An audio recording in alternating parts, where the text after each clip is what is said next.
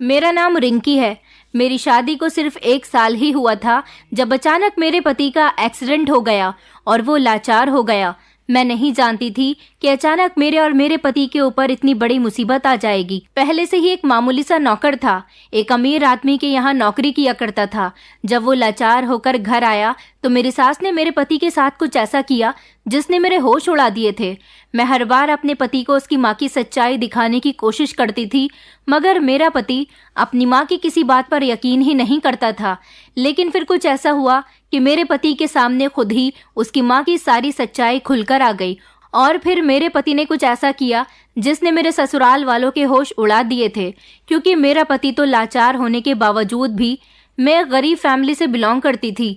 मैं बहुत सुंदर थी। गरीबों की बेटियां अमीर परिवारों में शादी करके जाती हैं तो उन्हें भागों वाली समझा जाता है, तो लोग उनको सदा सुखी रहने के आशीर्वाद देते हैं और उन्हें हर हालात में गुजारा करने के लिए छोड़ देते हैं। मेरे पिता इस दुनिया में नहीं थे। जब मैं 7 साल की थी तब वो मुझे इस दुनिया से छोड़कर जा चुके थे। मैं अपनी माँ की इकलौती बेटी थी। मेरी माँ एक गरीब औरत थी और कपड़ों की सिलाई किया करती थी। इस तरह से उन्होंने मुझे पाल पोस कर जवान किया था और अब वो मेरी शादी कर देना चाहती थी। मगर गरीब बेटियों के रिश्ते इतनी आसानी से कहाँ लगते हैं। मेरा रिश्ता पड़ोस वाले गांव से आया था। सुना था कि वो लड़का एक बड़े से बंगले में नौकरी करता है। घर में उसकी 2 जवान बहनें और सिर्फ माँ के अलावा और कोई भी नहीं था। उसका घर भी अपना ही था और वो अच्छे खासे पैसे कमा लिया करता था। मेरे लिए यही बहुत था कि मेरा रिश्ता एक ऐसे इंसान के लिए आया था जो बहुत मेहनती था। हम गरीब लोग वैसे भी अपनी बेटियों की शादी ऐसे घर में करना चाहते हैं जहां उनके पति मेहनती हों, बाकी चाहे परिवार में कुछ भी होता रहे। लड़के की माँ और दोनों बहनें मुझे देखने के लिए आई थी तो उन्होंने मुझे देखते ही पसंद कर लिया था। मेरी माँ को भी लड़का पसंद आया था और इस तरह से मेरी शादी अपने ही पड़ोस के गांव में हो गई थी। मैं अपनी माँ को छोड़कर कहीं नहीं जाना चाहती थी, लेकिन मेरी माँ का कहना था कि एक न एक दिन तो तुम्हें अपने ससुराल जाना ही है। मेरी माँ पहले ही बूढ़ी थी और अब वो मेरे ससुराल आने के बाद अकेली भी रह गई थी। मुझे हर समय उनकी चिंता लगी रहती थी। शादी पर मेरी माँ ने मुझे थोड़ा सा दहेज दे दिया था, क्योंकि कपड़ों की सिलाई करने के बाद उन्होंने जो पैसे इकट्ठे किए थे उससे अपनी बेटी की शादी कर दी थी। मैं जब विदा होकर अपनी ससुराल आई तो मैंने देखा कि मेरे ससुराल का घर बहुत ही छोटा था। वैसे तो मेरे मायके वाला घर भी बहुत छोटा था, लेकिन मेरे लिए इतना ही बहुत था कि मेरा पति एक मेहनती इंसान है। वो अपनी मेहनत के पैसों से इस घर को आबाद भी कर लेगा। और वैसे भी मेरी दोनों नंदों को तो शादी होने के बाद अपने ससुराल चले ही जाना है। ये जो कुछ भी है सब कुछ मेरा और मेरे पति का ही तो है। जब शादी के शुरू के दिनों में मैं अपनी ससुराल में थी तो मेरी जिंदगी बहुत अच्छी गुजर रही थी, क्योंकि मेरी सास और नंदे मुझसे बहुत प्यार करती थी। मेरे पति ने बंगले के मालिक से पूरे 1 हफ्ते की छुट्टी ली हुई थी और शादी के बाद का ये पूरा 1 हफ्ता मेरा बहुत अच्छा गुजरा था। मेरा पति एक अच्छा इंसान था, मुझे बहुत प्यार करता था। शादी की रात उसने मुंह दिखाई में मुझे 5,000 रुपए दिए थे। मैंने उन 5,000 रुपए को बहुत संभाल कर रख दिया था। मैं उनको खर्च करना नहीं चाहती थी, क्योंकि मुंह दिखाई का तोहफा हर लड़की के लिए उसकी जिंदगी का सबसे स्पेशल गिफ्ट होता है। मेरी ससुराल में शादी का 1 हफ्ता किस तरह से गुजर गया था मुझे तो पता ही नहीं चला था। लेकिन जैसे ही 1 हफ्ता गुजरने के बाद मेरा पति नौकरी पर जाने लगा तो मेरी सास का बिहेवियर मेरे पति के जाने के बाद अलग अलग सा था। उन्होंने अभी तक मुझे घर के किसी काम को करने के लिए नहीं कहा था। जबकि मैं शादी के दूसरे दिन ही खाना बनाने के लिए किचन में गई थी तो मेरी सास ने कह दिया था कि अभी तुम नई नवेली दुल्हन हो। हमारे यहाँ नई नवेली दुल्हन शादी के 1 महीने से पहले कोई कामकाज नहीं करती। जब तुम्हारी शादी को 1 महीना हो जाएगा तब तुम घर के काम करना। आखिर तुम ही तो इस घर की बहू हो, तुम्हें ही इस घर की गृहस्थी को संभालना है। अपनी सास की बात सुनकर मैं बहुत खुश हुई थी। उस दिन मुझे अपनी सास बहुत अच्छी लगी थी। मैं अपने आप को खुशकिस्मत समझने लगी थी जिसे इतनी अच्छी सास मिली है। लेकिन जैसे ही मेरा पति अपनी नौकरी पर गया था और मैं अपने कमरे में आराम कर रही थी, मेरी सास मेरे कमरे में आई और कहने लगी कि बहू, बस बहुत दिन हो गए हैं तुम्हें अपनी सास के हाथ का खाना खाते हुए। अब उठो और किचन में जाकर खाना बनाओ। अपनी सास की बात सुनकर मैं हैरान रह गई थी। मुझे उनसे ऐसी उम्मीद बिल्कुल भी नहीं थी। अभी तो मेरी शादी को सिर्फ 1 हफ्ता ही हुआ था, जबकि उन्होंने तो कहा था कि शादी के 1 महीने तक मुझे घर के किसी भी काम को हाथ नहीं लगाना है। फिलहाल मैं किचन में खाना बनाने के लिए चली गई थी।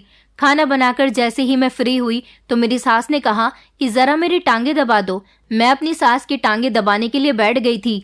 मैंने नोटिस किया था कि मेरी नंदी जो मेरे पति के घर में होते हुए पूरे 1 हफ्ते तक अपनी माँ के साथ घर के काम में लगी हुई थी, आज उन्होंने घर के किसी भी काम को हाथ नहीं लगाया था और बस वो एक दूसरे के साथ बैठी हुई गप्पे लड़ा रही थी। सारा दिन मेरी सास मुझे घर का कोई ना कोई काम बताती रही थी और सारा दिन मैं थक कर चूर हो गई थी। रात को जब मेरे पति के आने का समय हुआ तो मेरी सास और मेरी नंदे दोनों ही काम में लग गई थी। मैं समझ नहीं पाई थी कि ये लोग अचानक से काम कैसे करने लगी। मेरी सास ने मुझसे कहा था कि बहू, बस आज तुम्हें घर का काम करते हुए सारा दिन हो गया, अब तुम अपने कमरे में जाकर आराम करो, मैं और मेरी बेटियां सारा काम देख लेंगे। अब तो कोई काम बचा भी नहीं था। आखिर अब इन्हें क्या काम करना था, क्योंकि मैं खाना भी बना चुकी थी और जो सुबह मैंने कपड़े धोए थे वो सूख चुके थे। मैंने उनको इस्त्री करके अलमारी में भी सेट कर दिया था। फिर भी मेरी सास ने जब मुझसे इतने प्यार से कहा तो मैं अपने कमरे में चली गई थी। मेरी सास ने मुझसे जाते समय कहा था कि तुम्हारा पति आने वाला है, उसके लिए अच्छे से तैयार हो जाओ ताकि तुम्हारा पति तुम्हें देखकर खुश हो जाए। अपनी सास के कहने पर मैं अपने कमरे में आकर अच्छी तरह से तैयार हो गई थी। मैंने नई साड़ी पहन ली थी और अच्छा सा मेकअप भी कर लिया था, जिससे मैं बहुत सुंदर लग रही थी। मेरा पति जैसे ही घर आया तो मैंने अपने पति को पानी पिलाया। मेरा पति मुझे देखता ही रह गया था। उसके बाद मैं किचन में खाना गर्म करने के लिए जाने लगी थी तो मेरी सास ने मुझसे मना कर दिया, तुम घर के किसी काम को हाथ मत लगाओ, तुम्हारा पति अभी थक हार कर काम से वापस आया है, जाकर उसके पास बैठो। मैं अपने पति के पास आकर बैठ गई थी। मेरा पति कहने लगा कि आज तुम बहुत सुंदर लग रही हो। मैं बहुत खुश हो गई थी। ये कहकर मेरा पति नहाने के लिए चला गया था। उसके बाद हम सब लोगों ने एक साथ खाना खाया था। फिर रात के समय मैं अपने पति के साथ कमरे में सोने के लिए चली गई थी। मेरे पति ने कहा था कि आज मेरे बिना तुम्हारा सारा दिन घर में कैसे गुजरा था। मैंने अपने पति से कह दिया था कि मेरा सारा दिन बहुत अच्छा गुजरा था, लेकिन कई बार मुझे आपकी याद भी आई थी। अब मैं अपने पति को ये तो नहीं बता सकती थी कि सारा दिन मैंने घर के ढेर सारे काम किए थे, यहाँ तक कि मैं बहुत थक गई थी, वरना मेरा पति सोचने लगता कि इस घर के काम मैं नहीं करूंगी तो फिर कौन करेगा। अगले दिन फिर मेरा पति काम पर चला गया तो मेरी सास का फिर से वही बिहेवियर था। उन्होंने मुझसे घर के सारे काम करवाए थे, खाना भी मैंने बनाया था, झाड़ू बर्तन भी मैंने ही किए थे और कपड़े भी मैंने धोए थे। और इतना करने के बाद भी मेरी सास ने अपने कमरे में मुझे बुला लिया था। कभी वो मुझसे अपने पैर दबवाती थी तो कभी अपना सर दबाने के लिए कहती थी। सारा दिन मुझे इसी तरह से गुजर गया था और फिर जब मेरे पति के आने का समय हुआ तो मेरी नंद और मेरी सास काम में लग जाती थी और मुझसे कहती थी कि तुम तैयार हो जाओ। कई दिनों से मेरी जिंदगी इसी तरह से गुजर रही थी। मैं इन लोगों की चालाकी को समझ गई थी कि ये लोग मेरे पति के सामने ये जाहिर करना चाहती हैं कि मैं कोई काम नहीं करती और सारा काम ये सबकी सब करती हैं, जबकि उनके पीछे मुझसे घर का पूरा काम लेती हैं। मेरे पति के पीछे तो मेरी सास और नंदे घर की मालकिन होती थी और मैं नौकरानी होती थी और मेरे पति के सामने ऐसे रिएक्ट करती थी जैसे इन लोगों ने मुझे घर की मालकिन बनाकर रखा हुआ है और मैं उनकी बहू नहीं बल्कि बेटी हूँ। मेरा पति भी हर काम का क्रेडिट मेरी सास और नंदों को ही दिया करता था। उसने कभी किसी बात पर मेरी तारीफ नहीं की थी। वो किसी किसी बात पर मुझसे कहता था कि तुम बहुत भाग्यशाली हो जिससे इतनी अच्छी ससुराल मिली है। मेरी माँ और बहनें तुमसे बहुत प्यार करती हैं। तुम अपने आप को खुश नसीब समझो जिसे इतनी अच्छी ससुराल मिली है, वरना तुम जानती हो ना कि जब लड़की ससुराल चली जाती है तो ससुराल वाले उसे कितना तंग करते हैं। मेरा पति हमेशा मुझे ये बात याद दिलाता रहता था कि तुम्हें मेरी माँ को अपनी सगी माँ की तरह समझना है और मेरी बहनों को अपनी बहन बनाकर रखना है। इसी तरह से घर चलेगा। कभी भी मेरी माँ या बहनों से ऊंची आवाज में बात भी मत करना, वरना मैं तुमसे नाराज हो जाऊंगा। अगर उनसे कोई गलती भी हो जाती है तो उसे इग्नोर करने की कोशिश करना। मेरे पति ने मेरे आगे इतनी ढेर सारी शर्तें लाकर रख दी थी कि मैं उसकी शर्तों के आगे कंफ्यूज हो गई थी। एक दिन तो मेरी सास ने हद ही कर दी थी। हमारे घर में कुछ मेहमान आने वाले थे। मेरे पति ने कहा था कि शादी को काफी दिन गुजर गए हैं, अभी तक मैंने अपनी पत्नी के हाथ का खाना नहीं खाया। आज मेरे दोस्त दूसरे शहर से आ रहे हैं तो खाना भी यहीं पर खाएंगे और उनका कहना है कि वो अपनी भाभी के हाथ का बना हुआ खाना चाहते हैं, इसलिए मैं चाहता हूँ कि रिंकी मेरे दोस्तों के लिए तुम ही खाना बनाओ।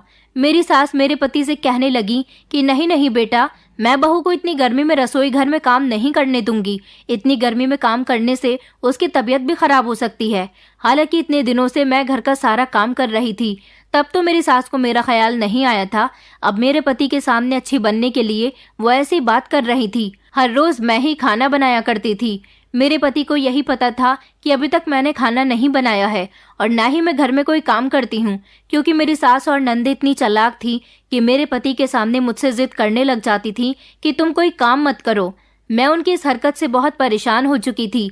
जब मेरे पति के दोस्त आने वाले थे तो मैं किचन में खाना बनाने की तैयारी करने लगी थी।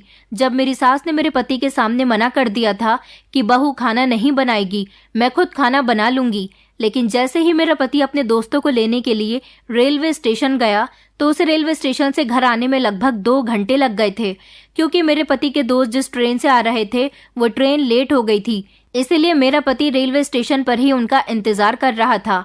मेरे पति ने सारी बात कॉल करके अपनी माँ को बता दी थी कि उसे घर आने में टाइम लग सकता है। मेरी सास ने इस बात का फायदा उठाते हुए मुझे किचन में खाना बनाने के लिए खड़ा कर दिया और इस तरह मेहमानों के लिए सारा खाना मैंने ही बनाया था। फिर जैसे ही मेरी सास को पता चला कि मेरा पति घर आने वाला है तो उन्होंने मुझे जल्दी से तैयार होने के लिए कमरे में भेज दिया था और खुद किचन में जाकर खाना बनाने खड़ी हो गई थी। मुझे अपनी सास की इस बात पर बहुत गुस्सा आया था, इसलिए मेरा मूड ऑफ हो गया था। जब मेरा पति घर आया तो मेरी सास ऐसे रिएक्ट कर रही थी कि जैसे इतनी गर्मी में सारा खाना बनाकर वो थक गई है। मेरा पति मेरी तरफ देखकर कहने लगा कि तुम भले से ही खाना नहीं बना रही थी, लेकिन तुम्हें मेरी माँ के साथ किचन में हेल्प तो करवानी चाहिए थी। तुम जानती हो ना कि वो बूढ़ी हो गई हैं, उनसे इतना काम नहीं होता, फिर भी वो घर के सारे काम करती हैं। और वैसे भी मेरे दोस्तों की जिद थी कि वो तुम्हारे हाथ का खाना खाएं, लेकिन तुमने तो शायद आज किचन में अपना कदम भी नहीं रखा होगा। अपने पति की बात पर मैंने अपने पति से कहा था कि आपकी माँ एक्टिंग कर रही है, सारा खाना मैंने ही बनाया है। मेरे पति कहने लगे, अगर तुमसे खाना नहीं बनता तो कोई बात नहीं, लेकिन झूठ बोलने की कोई ज़रूरत नहीं है, मुझे सब दिखाई दे रहा है कि खाना किसने बनाया है। ये बात कहकर मेरे पति खामोश हो गए थे। मैं कुछ बोलने ही वाली थी, उन्होंने मुझे भी खामोश रहने का इशारा किया था, क्योंकि घर में उनके दोस्त आए हुए थे और वो किसी तरह की बहस नहीं करना चाहते थे। मेरा दिल तो टूटकर रह गया था। मैंने अपने पति के दोस्तों से भी ढंग से बात नहीं की थी। जब मेरे पति के दोस्त चले गए तो मेरा पति अपना मूड खराब करने के बाद खामोशी से बिस्तर पर जाकर सो गया था। मैं ये सब कुछ खामोशी से बर्दाश्त कर रही थी। मैं किसी से कुछ नहीं कह सकती थी, क्योंकि मैं समझ गई थी कि मेरी सास और नंदे बहुत चालाक हैं और मेरे पति के सामने सीधी बनने की कोशिश करती हैं। मेरी जिंदगी इसी तरह से गुजर रही थी जब एक दिन मेरी जिंदगी में एक ऐसा परेशानी का पहाड़ टूट पड़ा जिसने मेरी जिंदगी को हिलाकर रख दिया था। मेरा पति जहां पर नौकरी करता था वहां से मुझे कॉल आई थी कि मैं अस्पताल आ जाऊं। मेरे पति का एक्सीडेंट हो गया है। मैंने ये बात अपनी सास को बताई तो मेरी सास मेरे साथ हॉस्पिटल चली आई थी। मैं जैसे ही उस अस्पताल गई तो अपने पति की कंडीशन को देखकर फूट फूट कर रोने लगी थी। मेरा पति मालकिन का कुछ सामान लेने के लिए बाजार जा रहा था जब एक तेज रफ्तार कार वाले ने मेरे पति को कुचल दिया, जिसकी वजह से मेरे पति दोनों टांगों से लाचार हो चुके थे। मैं अस्पताल पहुंची थी तो मेरे पति का ऑपरेशन चल रहा था। मेरे पति के इलाज का सारा खर्चा मालिक ही उठा रहे थे, जिनके बंगले में मेरा पति नौकर का काम किया करता था। जब मेरा पति ऑपरेशन रूम से बाहर आया तो उसे देखकर मैं बुरी तरह से रोई थी। मेरी सास भी रो रही थी, जबकि मालिक हमें तसल्ली दे रहे थे। कह रहे थे कि सबसे अच्छी बात तो यह है कि नकुल की जान बच गई है। भले ही वो दोनों टांगों से लाचार हो चुका है, लेकिन वो जिंदा है। अगर आसपास के लोग उसे समय पर अस्पताल नहीं पहुंचाते तो उसकी जान को भी खतरा हो सकता था। लेकिन हमारे लिए ये बात भी किसी बड़े दुख से कम नहीं थी कि मेरा पति दोनों टांगों से लाचार हो चुका था। अब वो चल फिर नहीं सकता था। कई दिन मेरा पति इसी तरह से अस्पताल में पड़ा रहा। मेरे पति को भी जब ये बात पता चली थी कि वो अब चल फिर नहीं सकता तो वो भी बहुत रोया था, क्योंकि मेरा पति अब कोई काम धंधा करने के लायक भी नहीं बचा था। 15 दिन बाद जब मेरा पति घर आया तो हम उसे सहारा देते हुए कमरे तक ले गए थे और फिर वो बिस्तर पर जाकर लेट गया था। मेरा पति अब बिस्तर पर ही लेटा रहता था, या फिर अगर उसे उठकर कोई काम करना होता था तो मालिक ने मेरे पति के लिए व्हील चेयर ला दी थी, जिस पर मेरा पति बैठकर बाहर तक आ जाता था। 3 महीने इसी तरह से गुजर गए थे। मेरे पति का मालिक उसे अब तक काफी पैसे दे चुका था और उसका इलाज भी करवा रहा था। मेरे पति का इलाज अब बंद हो चुका था। एक दिन मालिक हमारे घर आए और हाथ जोड़कर मेरे पति से कहने लगे, देखो नकुल, मैं तुम्हारी परेशानी को अच्छी तरह से समझ सकता हूँ, मगर मैं तुम्हें क्या बताऊँ, इन दिनों मेरा बिजनेस बहुत ही लॉस में जा रहा है। मैं बहुत परेशान चल रहा हूँ। जब से तुम्हारा एक्सीडेंट हुआ है मैंने तुम पर काफ़ी पैसा खर्च किया है, तुम्हारा इलाज करवाया और हर हफ्ते में तुम्हारे परिवार को भी एक भारी रकम देता आया हूँ। मुझसे जितना हो सका मैंने तुम्हारे लिए वो सब कुछ किया। तुम हमारे यहाँ काफ़ी समय से काम करते आए हो और तुम हमारे घर के पुराने नौकर भी हो, इसलिए मैंने तुम्हारे इलाज में भी कोई कमी नहीं छोड़ी। जितना पैसा खर्च हुआ मैंने किया, मगर अब मैं तुम्हारे लिए कुछ नहीं कर सकता, इसीलिए मुझे माफ़ करना। मैं अब आगे से तुम्हें पैसे नहीं दे सकता, क्योंकि अब मैं जानता हूँ कि तुम मेरे घर आकर कोई काम नहीं करोगे। मगर फिर भी मैं आखिरी बार तुम्हें ये 20,000 रुपये दे रहा हूँ। आगे इसके अलावा तुम मुझसे कोई उम्मीद मत रखना। मालिक की बातें सुनकर मेरे पति की आंखों में आंसू आ गए थे। उन्होंने कहा था कि मालिक, आप जानते हो कि मैं लाचार हो गया हूँ, आप मेरी परेशानी को समझो। आप तो एक अमीर आदमी हो, अगर आप हर महीने मुझे मेरी महीने की तनख्वाह के आधे पैसे भी दे दोगे तो मेरा घर आराम से चल जाएगा, और अगर आपने भी हाथ रोक लिए तो मुझे कौन समझेगा। इस तरह तो मेरा परिवार भूखा रहेगा। मेरी हालत तो ऐसी हो गई है, मैं कोई काम भी नहीं कर सकता, आपके अलावा मेरा कोई सहारा नहीं है। मालिक मेरे पति के हाथ पर 20,000 रुपये रखते हुए कहने लगे कि मेरे घर में तो ना जाने कितने नौकर हैं, ड्राइवर हैं, लॉन्ड्री वाले हैं, शेफ हैं, और आज के ज़माने में तो हर कोई परेशान है। ऐसी कंडीशन में अगर मैं हर किसी की परेशानी को समझता रहूँगा तो फिर अपना घर कैसे चलाऊँगा। मैंने सबकी परेशानियों को समझने का ठेका तो नहीं ले रखा, बस मैं थोड़ी बहुत पैसों से मदद कर सकता हूँ। अब मैं तुम्हें सारी ज़िंदगी तो पैसे नहीं दे सकता ना, जबकि तुम अब मेरा कोई काम करने काबिल ही नहीं रहे। ये कहकर मालिक हमारे घर से हाथ जोड़ते हुए उठ गए थे और घर चले गए थे। हम सब लोग बहुत परेशान हो गए थे। उस दिन मेरा पति फूट फूट कर रोया था। मेरा पति कह रहा था कि अब घर किस तरह से चलेगा। मैंने अपने पति को तसल्ली दी थी कि तुम फिक्र मत करो, सब कुछ ठीक हो जाएगा। दिन इसी तरह से गुजर रहे थे। जब हमारे घर में राशन खत्म होने लगा तो मेरी सास ने मुझसे खामोशी से कहा कि देखो बहू, तुम घर के हालात जानती हो, हमारे पास पैसों से लेकर खाने का सामान तक सब कुछ खत्म हो चुका है, और तुम्हारे अलावा ये परेशानी कोई और नहीं समझ सकता। इसलिए मैं तुमसे कहना चाहती हूँ कि तुम अपने मायके जाओ और अपनी माँ से कुछ पैसे उधार लेकर आ जाओ। अपनी सास की बात सुनकर मैं हैरान रह गई थी। मैंने उनसे कहा था, माँ जी, आप जानती हैं कि मेरी माँ कितनी बीमार और बूढ़ी औरत है, वो अपना गुजारा तो सिलाई करके करती है, भला मैं उनसे पैसे कैसे मांग सकती हूँ। मेरी सास कहने लगी, अगर तुमने ऐसा नहीं किया तो फिर हम लोग भूखे मर जाएंगे, और तुम जानती हो कि तुम्हारा पति इस समय बीमार है, उसको भी तो खाने की ज़रूरत है। मेरी सास ने मुझे इस तरह से बातों में ले लिया था कि मैं अपनी सास की बातों में आ गई थी और अपनी बूढ़ी माँ से पैसे मांगने के लिए चली गई थी। मैंने जब अपनी माँ को अपनी परेशानी के बारे में बताया तो वो भी बहुत दुखी हुई थी, इसलिए उन्होंने मुझे अपनी मेहनत से कमाए हुए 8,000 रुपये दे दिए थे। मैं उन पैसों को लेकर घर आ गई थी। जैसे ही मैं घर पहुंची तो मेरी सास ने मेरे हाथ से पैसे छीन लिए थे और कहने लगी कि ये पैसे मुझे दे दो, घर का सारा खर्चा तो वैसे भी मुझे ही चलाना है। मेरी सास ने सारे पैसे अपने पास रख लिए थे। अभी भी घर का सारा काम मैं ही किया करती थी, और जितनी देर मैं घर का काम करती थी उतनी देर मेरा पति सोया रहता था। कुछ दिन इसी तरह से गुजरे और वो पैसे भी खत्म हो चुके थे। जब मेरी सास ने फिर से मेरी माँ से मुझे पैसे लाने के लिए कहा तो मैंने अपनी सास को साफ इनकार कर दिया था कि मैं अपने मायके नहीं जाऊंगी। मेरी सास मेरे सामने रोने धोने का नाटक करने लगी और कहने लगी कि मुझे तो सबसे ज्यादा अपने बेटे की फिक्र लगी रहती है। अगर उसे टाइम पर खाना नहीं दिया गया तो वो और ज्यादा बीमार हो जाएगा। पहले ही वो बेचारा एक्सीडेंट की वजह से अपनी दोनों टांगों से लाचार हो चुका है, और तुम चाहती हो कि अब मेरा बेटा भूख से भी मरे। अपने पति की फिक्र तो मुझे भी बहुत थी। फिर मुझे वो पैसे याद आए जो मेरे पति ने शादी की पहली रात मुझे मुंह दिखाई में दिए थे। मैंने वो 5,000 रुपये अपनी सास को लाकर दे दिए थे, मगर हैरानी मुझे तब हुई थी जब मेरी सास ने मेरे पति के सामने बताया कि घर में जो खाना बन रहा है वो मेरे पति की ही पिछली कमाई के पैसों में से कुछ पैसे मेरी सास ने जोड़ लिए थे, उनसे ही बन रहा है। और मेरे पति ने उनकी बातों पर यकीन भी कर लिया था। इस तरह से मेरे पति के दिल में अपनी माँ के लिए इज्जत और बढ़ गई थी। उसे लग रहा था कि उसकी माँ ने पैसे जोड़कर रखे थे जो आज परेशानी के समय में काम आ रहे थे। मैंने अपने पति को बताने की कोशिश की थी कि आपकी माँ झूठ बोल रही है, ये वो 5,000 रुपये हैं जो आपने मुझे शादी की रात मुंह दिखाई पड़ दिए थे, और इससे पहले एक बार तो आपकी माँ मुझे मेरे मायके भी पैसे लेने के लिए भेज चुकी हैं। मेरे पति को इस बात पर बिल्कुल भी यकीन नहीं आया था, क्योंकि मेरा पति अपनी माँ और बहनों पर अंधा विश्वास करता था। फिर कुछ दिन इसी तरह से गुजर गए जब मेरी सास ने सारी हदें पार कर दी थी। उन्होंने मुझसे कहा कि बहू, हमारे घर में कुछ भी खाने पीने के लिए नहीं बचा है और न ही हमारे पास पैसे हैं, लेकिन मेरे पास एक आइडिया है जिससे हमारे पास पैसे आ सकते हैं। मैंने अपनी सास से कहा कि मैं आपकी चालाकी अच्छी तरह से जानती हूँ, आप मुझे फिर से पैसे लेने के लिए मेरे मायके भेजने वाली हो। मेरी सास कहने लगी कि नहीं नहीं, मैं ऐसा कुछ नहीं करवाऊंगी, लेकिन मैं तुमसे एक बात कहना चाहती हूँ। तुम जानती हो कि मेरी दो जवान बेटियां हैं। मुझे अपनी बेटियों की शादी की भी बहुत फिक्र हो रही है।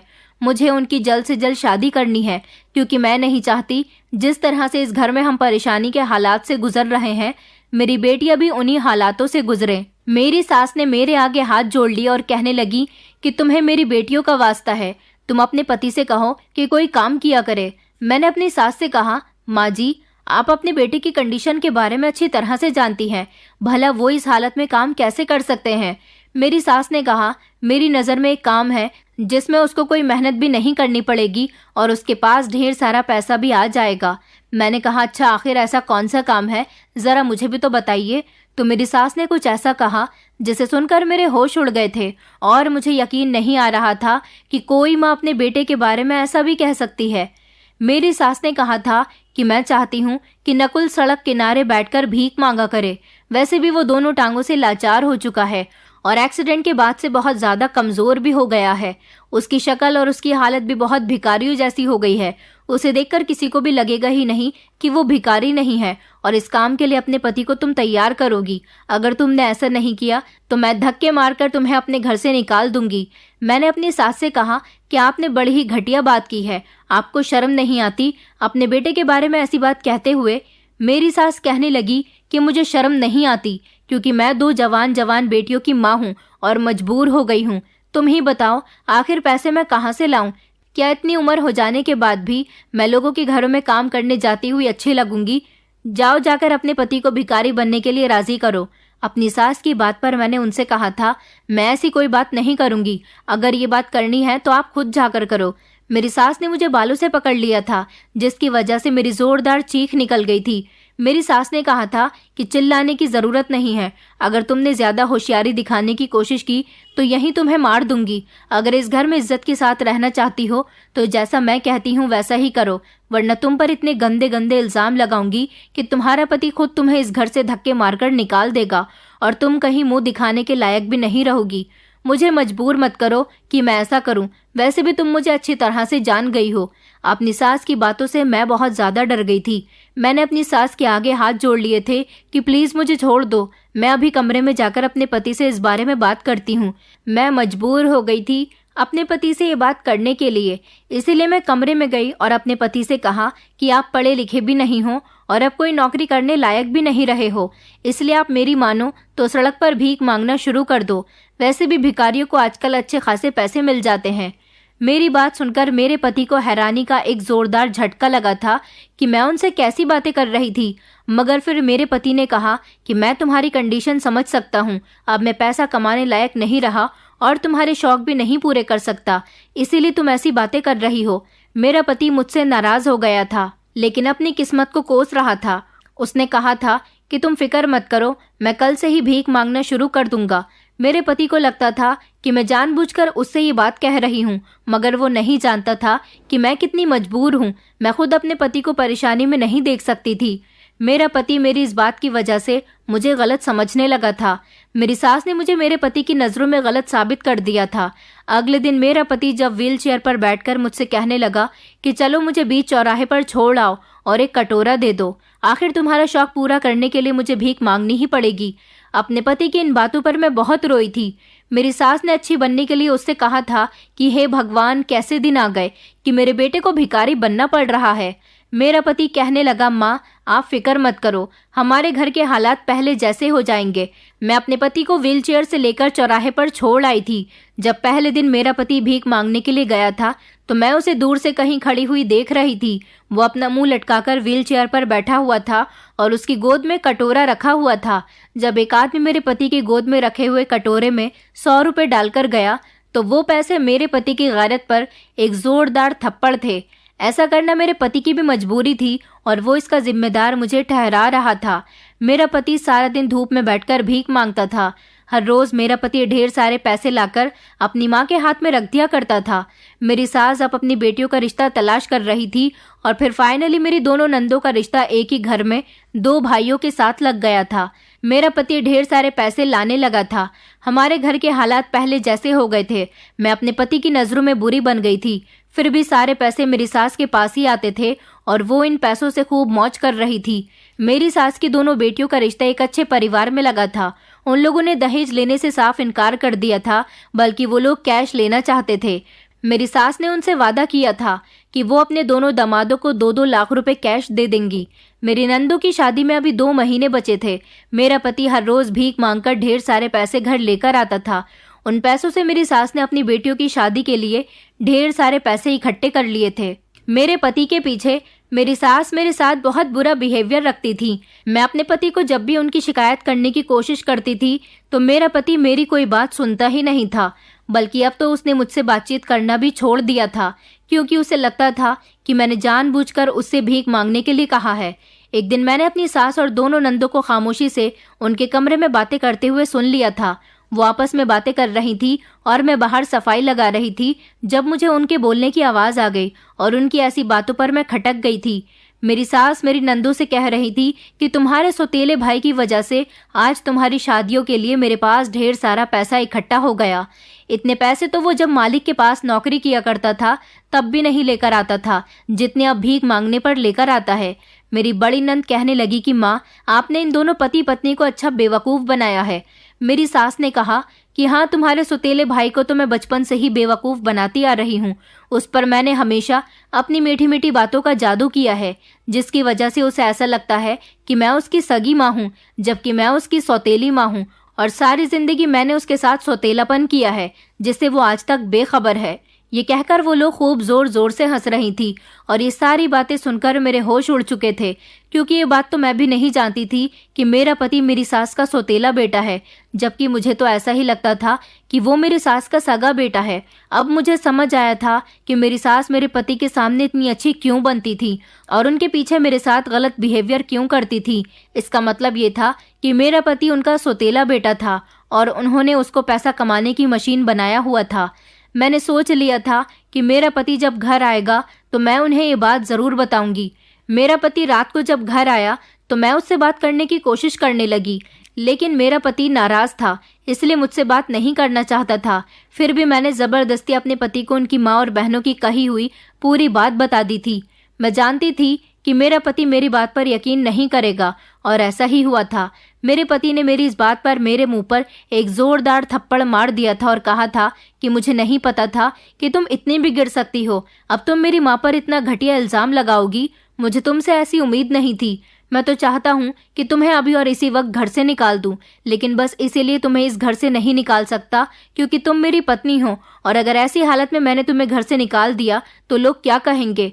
अपने पति की बात सुनकर मैं बहुत रोई थी। मैंने अपने पति से कहा था कि तुम मुझे अपने घर से मत निकालो, मैं खुद तुम्हारे घर से जा रही हूँ क्योंकि मैं अब और यहाँ पर नहीं रह सकती।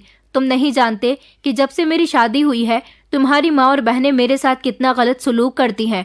मुझे घर का सारा काम करना पड़ता है और तुम्हारे सामने वो लोग ऐसे जाहिर करती हैं जैसे कुछ सारा काम करती हों, और मुझे तुमसे भीख मंगवाने पर भी तुम्हारी माँ ने ही मजबूर किया था। मुझे कोई शौक नहीं है कि मैं अपने पति से कहूँ कि वो सड़कों पर जाकर भीख मांगे। मेरे पति को मेरी इस बात पर गुस्सा आया था और उसने कहा था कि अगर तुम मेरे घर से जाना चाहती हो तो जा सकती हो। मैं ऐसी औरत को अपने घर में बर्दाश्त नहीं करूंगा जो मेरी माँ के ऊपर घटिया इल्जाम लगाए और कहे कि वो मेरी सौतेली माँ है। मेरा पति कहने लगा कि मेरी माँ जैसी माँ तो कहीं हो ही नहीं सकती। मैं अपनी माँ और बहनों के लिए तुम्हें छोड़ सकता हूँ, पर उन्हें कभी नहीं, और ना ही मैं उनके बारे में कभी गलत बातें बर्दाश्त कर सकता हूँ। मैं अपना सारा सामान बांधकर बिना किसी की बात सुने अपनी माँ के पास आ गई थी। मुझे अपनी माँ के पास रहते हुए 1 हफ्ता गुजर गया था। मुझे अपने पति की बहुत याद आती थी। मेरी नंदों की शादी में 15 दिन रह गए थे। मेरा होना ना होना किसी के लिए कोई मायने नहीं रखता था। मैं भगवान से सिर्फ यही प्रार्थना करती थी कि सब कुछ ठीक हो जाए और मेरी सास और नंदों का असल रूप मेरे पति के सामने आ जाए।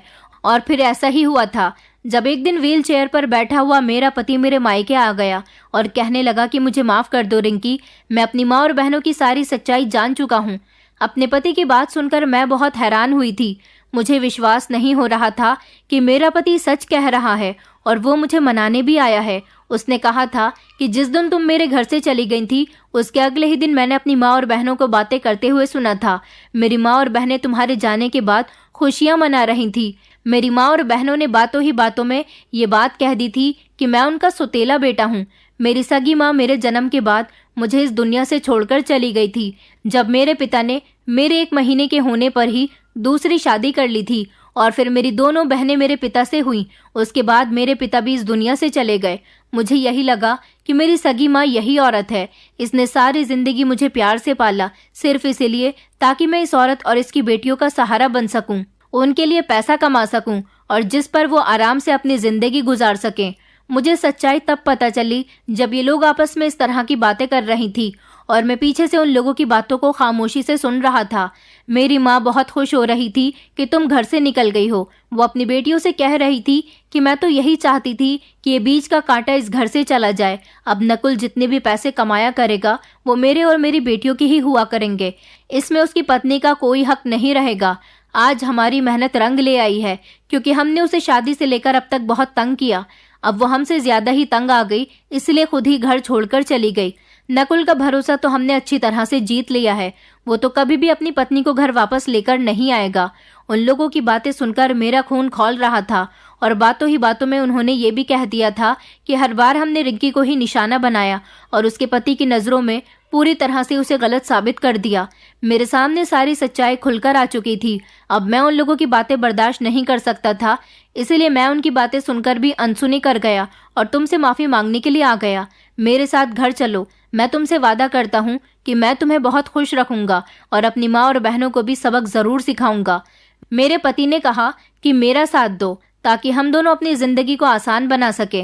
मैं अपने पति के साथ ससुराल वापस आ गई थी। मेरे पति ने मुझसे कहा था कि तुम जैसे पहले रहती थी वैसे ही रहना। इन लोगों को जाहिर मत करना कि हम इनकी सच्चाई जान चुके हैं। अपने पति के कहने के मुताबिक मैं खामोशी रही थी। मुझे देखकर मेरी सास और नंदे घबरा गई थी और फिर मेरी नंदों की शादी का दिन भी आ गया था। जिस दिन मेरी नंदों की बारात आई थी उस दिन मेरा पति अचानक कहीं गायब हो गया था और जब बारात आई तो मेरा पति भिखारी वाले गेटअप में व्हील चेयर पर बैठा हुआ अपने हाथ में कटोरा लेकर आया और बारात का स्वागत करने लगा, जिसे देखकर बारात के सारे लोग हैरान रह गए थे। मेरी सास भी बड़ी हैरानी से मेरे पति को देख रही थी। मेरे पति ने अपनी बहनों के होने वाले पतियों से भीख मांगने के लिए कटोरा आगे कर दिया और कहने लगे कि मुझे भीख दे दो, मैं ये पैसे अपनी माँ को दे दूंगा ताकि वो मेरे ही पैसे संभाल कर रख सके। आखिर ये पैसे आपके ही पास वापस पलटकर जो आ जाएंगे, क्योंकि मैं जो पैसे कमाता हूँ वो मेरी माँ मेरी बहनों की शादी के लिए रख देती है और अब जबकि मेरी बहनों की शादी आपके साथ होने वाली है तो आपको ये पैसे दहेज के तौर पर कैश में दिए जाएंगे। मेरे पति की बात सुनकर वहां पर खड़े हुए सारे लोग हैरान रह गए थे, जबकि मेरी सास फटी फटी नजरों से मेरे पति की तरफ देख रही थी कि वो क्या बोल रहे हैं। दोनों ही लड़के अपनी माँ से कहने लगे, माँ आपने हमारा रिश्ता कैसे घर में किया? क्या इन लड़कियों का भाई भिखारी है? तो वहां पर आए हुए कुछ लोग कहने लगे कि हाँ ये भिखारी है। दोनों लड़कों ने जब ये बात सुनी तो वो कहने लगे कि हम भिखारियों के घर में शादी नहीं करेंगे। जब भाई भिखारी है तो भीख मांगकर घर चलाता है तो बहनें कैसी होंगी? ये लोग हमारे लेवल के नहीं हैं। इस तरह बारात के आए हुए सारे लोगों ने मेरी सास की बहुत बेइज्जती की थी। लड़कों की माँ ने तो कहा था कि अपनी बहन बेटियों को अपने पास ही रखो। हमें तो लगता था कि हम अच्छे परिवार की लड़कियों को अपने घर की बहू बनाने जा रहे हैं, मगर हमें क्या पता था कि इस घर के लोग तो भिखारी हैं। हमें अपने बेटों की शादी तुम्हारे यहाँ नहीं करनी। मेरा पति ये सुनकर मेरी तरफ देखकर मुस्कुराने लगा था और इस तरह मेरी दोनों नंदों की बारात वापस लौट गई थी। मेरी सास फूट फूट कर रो रही थी, जबकि मेरी नंदों का भी यही हाल था। उन्हें लगता था कि वो अच्छे परिवार की बहुएं बनने जा रही हैं, मगर मेरे पति ने पूरा खेल ही बदल कर रख दिया था। मेरे पति ने अपनी सौतेली माँ की अलमारी से सारे पैसे निकाल लिए थे और अपने बैग में खामोशी से रख लिए थे, जिसके बारे में मेरी सास को कुछ पता ही नहीं था, जबकि मेरा पति मेरे साथ मिलकर अपना सामान भी पैक करवा चुका था। मेरी सास समझ चुकी थी कि मेरे पति को सारी सच्चाई पता चल गई है। वो मेरे पति से माफी मांग रही थी कि मुझे माफ कर दो और किसी तरह अपनी बहनों की शादी करवा दो। आज उनकी बारात वापस लौट गई है। हमें बारातियों को मनाकर समझा बुझाकर वापस लाना होगा। अगर ऐसा नहीं हुआ तो तुम्हारी बहनों की बहुत बेइज्जती होगी, फिर इनसे कोई भी शादी नहीं करेगा। मेरा पति कहने लगा और आपकी वजह से मैं जो सारी जिंदगी बेइज्जती का सामना करता रहा हूँ, कभी आप लोगों की खातिर नौकर बना हूँ तो कभी भिखारी। अब मैं आप लोगों के लिए कुछ नहीं कर सकता। मैं नहीं जानता था कि आप मेरी सौतेली माँ हो और सारी जिंदगी आपने मुझसे इस बात का बदला निकाला। आपने भले ही मुझे अपना सौतेला बेटा समझा हो, लेकिन मैं सारी जिंदगी आपको अपनी सगी माँ बनकर प्यार करता रहा। और ये दोनों बहनें तो मेरे ही पिता की थीं। इन लोगों को तो मेरे साथ ऐसा नहीं करना चाहिए था। मेरी नंदी नजरें झुकाकर अपने भाई की बातें सुन रही थी। मेरे पति ने कहा कि आपने मेरी पत्नी के साथ भी बहुत गलत किया। मैं अपनी पत्नी की किसी बात पर विश्वास नहीं करता था, मगर जब मैंने अपने कानों से आपकी बातें सुनी तो मुझे यकीन आया था कि मेरी पत्नी सच्ची थी और आप झूठी हो। मैं आपके इस घर को छोड़कर जा रहा हूँ। आपने मुझे हमेशा सौतेला बेटा समझा था ना, इसलिए अब आपका सौतेला बेटा आपका कोई नहीं लगता। ये कहकर मेरा पति घर से मेरा हाथ पकड़कर निकल आया था, मगर मेरी सास उनको बार बार रोक रही थी। मेरे पति ने उन्हें माफ नहीं किया और उन्हें उनकी हालत पर छोड़कर घर से निकल आए थे। मेरे पति के पास काफी सारे पैसे थे, इसलिए मेरा पति मुझे मेरे मायके लेकर आ गया। वहां पर वैसे भी मेरी माँ अकेली रहती थी। हम दोनों मेरी माँ के घर में रहते हैं। मेरा पति अब भीख नहीं मांगता, जबकि मेरे पति ने मेरी माँ के ही एक मंजिल के घर को अपने भीख के पैसों से, जिनको वो अपनी सौतेली माँ की अलमारी से निकाल कर लाया था, उनसे 3 मंजिल का घर बनवा लिया। इस तरह एक एक मंजिल पर एक कमरा आसानी से आ गया था और हमने उन दोनों कमरों को किराए पर दे दिया था। मेरी माँ के घर में हम लोग चैन और सुकून की जिंदगी गुजार रहे हैं। दोनों कमरों में किराएदार रहते हैं और हर महीने हमारे पास इतने पैसे आ जाते हैं कि हम दोनों पति पत्नी का गुजारा आराम से हो जाता है। मेरी माँ तो आज भी सिलाई करके अपना गुजारा करती है, मगर जब हम लोग एक साथ रहते हैं तो खाना पीना भी एक साथ ही करते हैं। मेरे पति ने दोबारा अपनी सौतेली माँ और बहनों की तरफ पलटकर कभी नहीं देखा। हम लोग उन्हें भूलकर अपनी आने वाली जिंदगी की शुरुआत कर रहे हैं, क्योंकि मैं अब माँ बनने वाली हूँ। दोस्तों, उम्मीद करती हूँ आपको हमारी कहानी पसंद आई होगी। कहानी पसंद आई है तो वीडियो को लाइक करें, चैनल पर नए हैं तो चैनल को सब्सक्राइब करें और हाँ, नोटिफिकेशन बेल को जरूर दबाएं ताकि अगली अपडेट सबसे पहले आपको मिले।